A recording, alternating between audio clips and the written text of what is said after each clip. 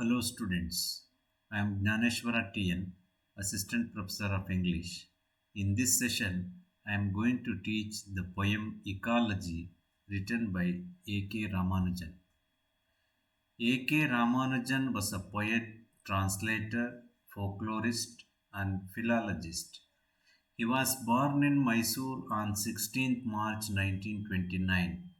His father, Attipat Krishnaswamy, was a professor of mathematics at Mysore University.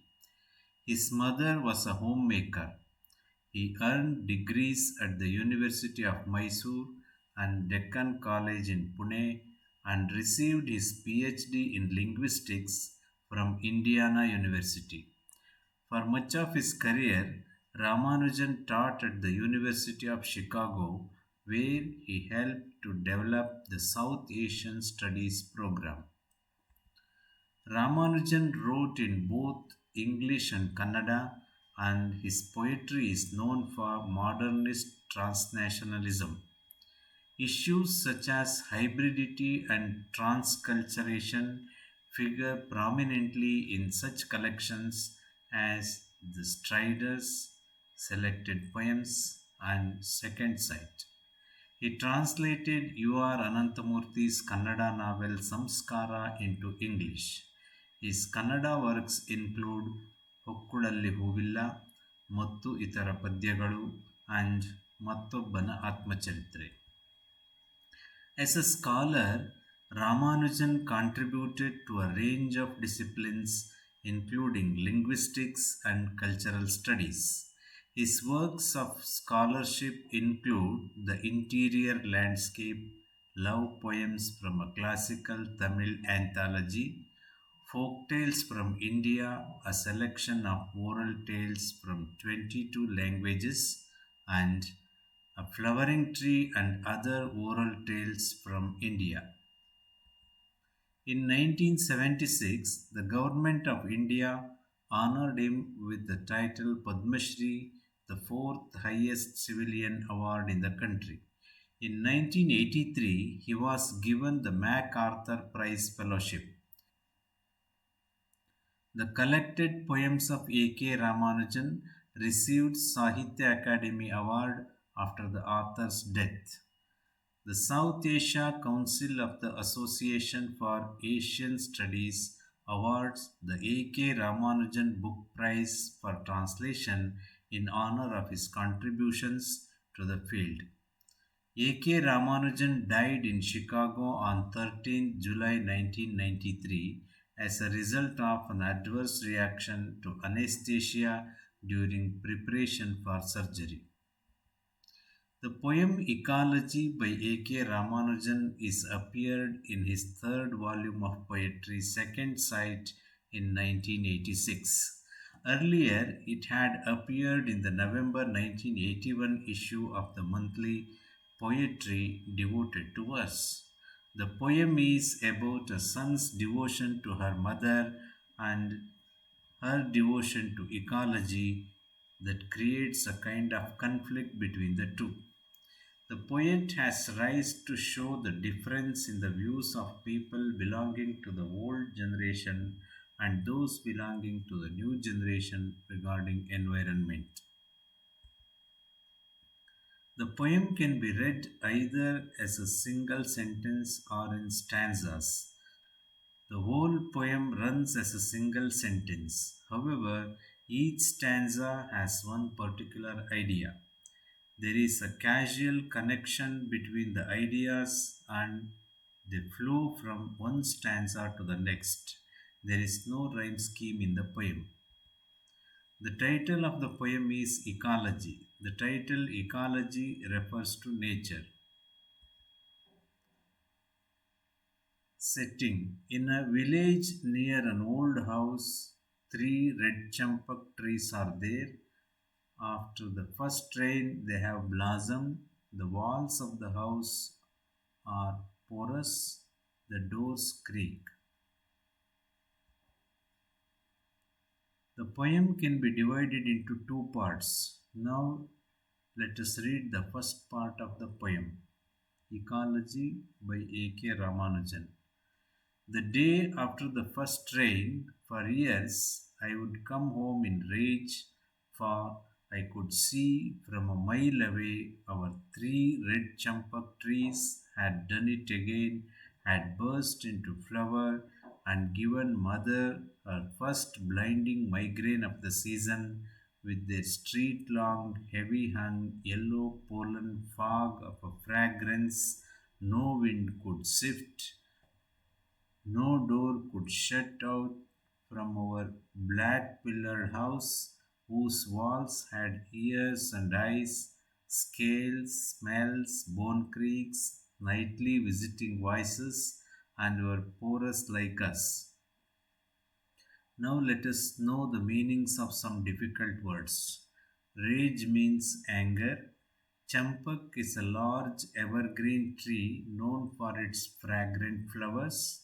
A migraine is a headache, usually on one side of the head. Pollen is a fine powdery substance discharged from flowers. Fog means a cloud like mass near the surface of the earth. Sift means to separate.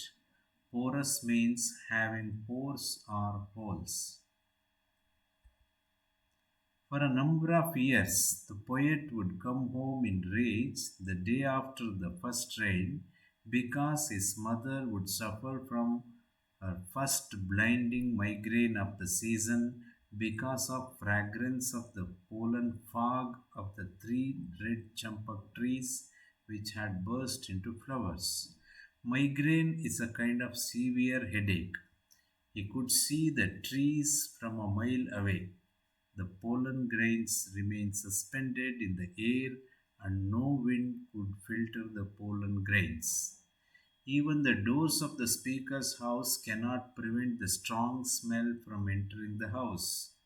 The walls of the house are able to absorb almost everything, the sounds, sights, smells, the human voices. But they cannot stop the fog of pollen from entering the house. The poet personifies the house, saying that the fragrance of pollen grains is coming inside through the holes in the walls, which are like the pores of the human body.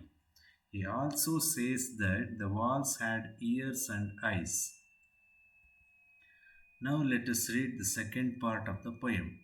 But mother, flashing her temper like her mother's twisted silver, grandchildren's knickers wet as the cold pack on her head, would not let us cut down a flowering tree almost as old as her, seeded, she said, by a passing bird's providential droppings, to give her gods and daughters' daughters basketful of annual flower, and for one line of cousins, a drover of migraines in season. Here, providential means by chance or involving divine foresight. Dover means dowry. The poet finally tells his mother that he is going to cut the trees, which flashes rage in her head, which is full of sweat and pain due to migraine. The poet compares her anger with twisted silver worn by her mother, which is shining. She has put the wet knickers of her grandchildren as the cold pack on her head. She would not allow her son to cut the flowering tree because she had emotional bond with the trees. For her, the tree is not just a tree but a good omen for her and her house. She tells him that the tree is as old as she and it was seeded by a passing bird's providential droppings. It is the flowers of the red champak trees which she would offer to her gods. She would give a basket full of flowers to her daughters and granddaughters. But the bitter truth is that one line of cousins would get migraine as a legacy during the flowering season. We see three symbols in the poem. The mother symbols older generation, the sun symbols new generation, and champak trees symbol nature. Now let us examine the themes of the poem. Family is the important theme here. The son is angry because his mother is suffering from migraine due to pollen fog from champak trees. The poet is a caring son. For a number of years, he would come home in rage the day after the first rain because his mother would suffer from her first migraine of the season because of fragrance of yellow pollen fog of the three red champak trees which burst into flowers. He even wants to cut down the trees to prevent his mother from migraine. Generation Gap.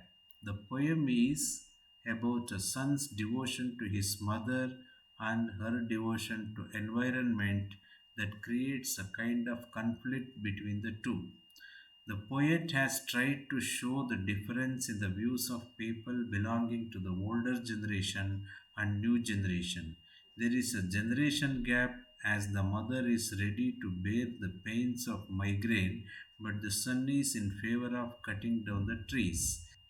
The old people have emotions towards nature, but new generation doesn't. The old people have emotions, memories, beliefs, etc. towards environment. The poet is practical. He is utilitarian. According to him, the red champak trees have no use. Their pollens pollute the air. The pollens are the cause of migraine his mother is suffering from. Our older generation lived with the nature, but our generation is destroying the nature. Love versus pain. Mother loves champak trees even though they cause migraine because she has emotions towards the trees. Love of nature. Mother would not allow her son to cut down the trees because they are flowering trees. She would offer flowers to God and would also give them to her daughters and granddaughters. Coexistence. Trees are important for our existence. They give us oxygen, food, etc. Nature can exist without man, but man cannot exist without nature. Positive attitude. The loving son decides to cut down the tree, but he is prevented from doing so by his mother, who sees the positive side of the tree. The positive side of it is that the tree provides many basketful of flowers to be offered to her gods and to her daughters and daughters' daughters every year. The poet uses a number of figures of speech in the poem like irony, metaphor, personification, and simile. The sense of irony is indicated when the mother very angrily protests the idea of cutting down the tree even though she is suffering very badly from the migraine caused by it.